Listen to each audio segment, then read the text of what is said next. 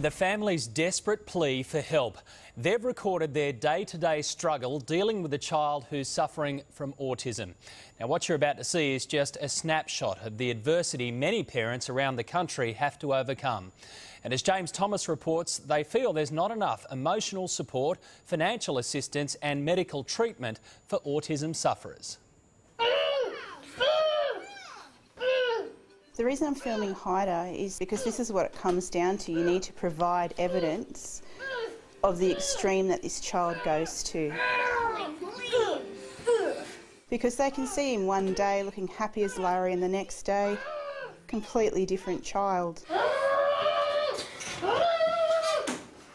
So this is for us, so we don't again get looked at like we're crazy.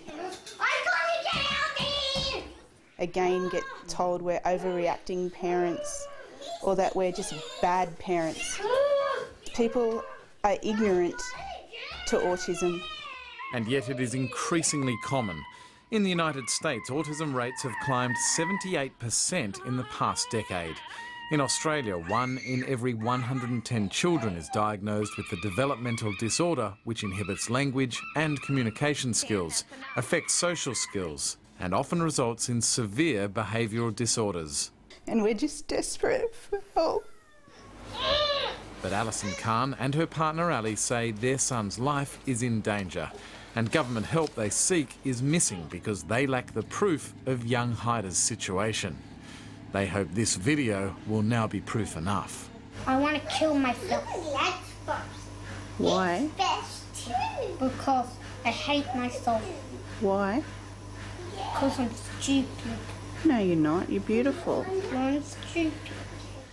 As you'll see over here, we have our furniture. Yep. Blocking the windows as much as possible. Okay, so he tries to jump out of the window. Yes, he does. Has he actually tried to do that? He has several times, 2 within the last 4 weeks. And this is why you want a new home? This is why we need a flat level home to prevent him from killing himself.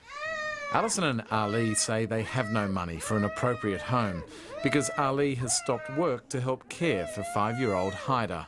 They first requested general housing help from the Department of Housing in 2006 and priority housing in December 2011.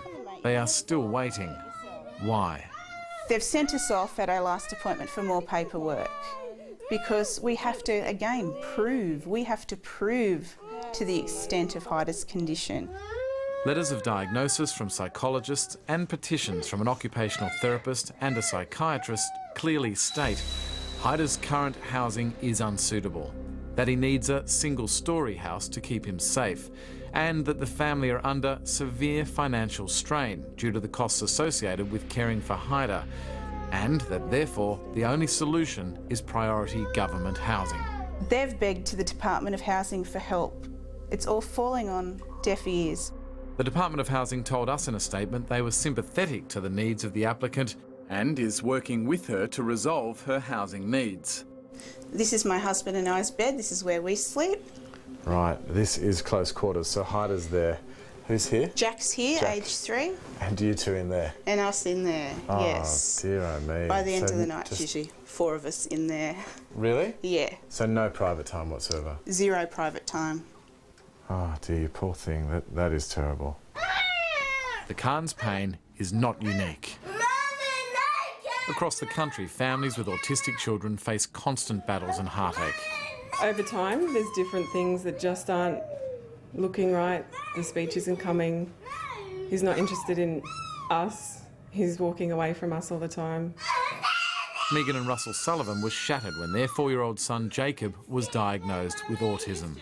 And everything that we presented to him was just oppositional, screaming, crying, running away.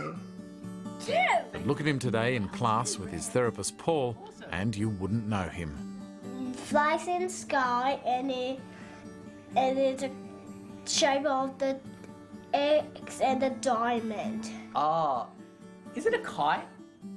Yeah! Oh, well done. Jacob has become the model student, thanks to early intervention and applied behaviour analysis therapy, a behavioural approach to the treatment of autism.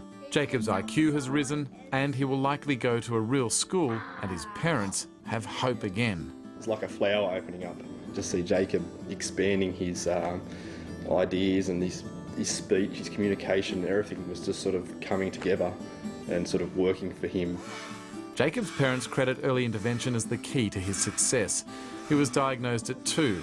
New research from the States suggests that autism may soon be detected as early as 6 months. We can get ahead of the disorder and start intervening before autism has really taken its hold. Doctor and postdoctoral fellow at the Carolina Institute for Developmental Disabilities, Jason Wolfe, says the benefits of early detection of autism could be revolutionary. And while he won't say the word cure, what he says next is as promising as it gets. If we can intervene at 6 months before we see any symptoms, then potentially a child might not even be diagnosed with autism. However, intervention costs money, and autism is grossly underfunded by the Australian government. The cost of ABA therapy is about $25,000 a year. Our government only funds $6,000 a year and a maximum of $12,000. I don't know why it's not supported fully by the government. I don't know why. I wish it was. Megan and Russell had to fundraise, but many miss out, which is tragic, because getting the right help and getting it early can work miracles. There's hope for these kids. Early intervention, intensive early intervention works.